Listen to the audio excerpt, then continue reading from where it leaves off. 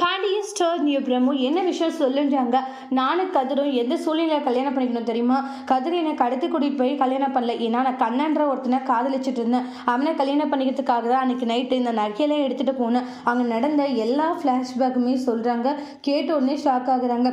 இதில் கதிருக்கும் சரி, அவங்க ஃபேமிலி மெம்பர்ஸுக்கும் சரி, யாருக்கும் எந்த ஒரு சம்மதமும் இல்லை அப்படின்னு சொல்லிட்டு தென்னந்தெளிவாக புரிய வைக்கிறாங்க.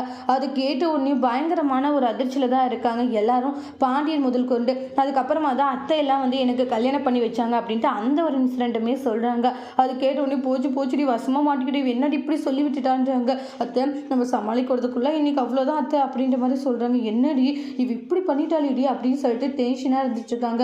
எனக்குமே ஒன்றுமே புரியல அப்படின்னு சொல்லிட்டு ரொம்பவே கவலைப்பட்டுக்கிட்டு இருக்காங்க.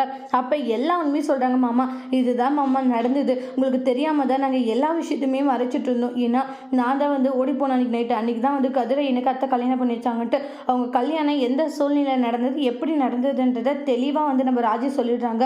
கேட்ட உடனே பாண்டியனுக்கு பயங்கர அதிர்ச்சி. எல்லாரும் சேர்ந்து இப்படி ஒரு விஷயத்தை மறைச்சிட்டாங்க. அண்ணன் பார்த்தீங்கண்ணே என்ன மாதிரி வேலை பண்ணிட்டு இருக்காங்கன்ட்டு. கோமதி என்ன கோமதி இது?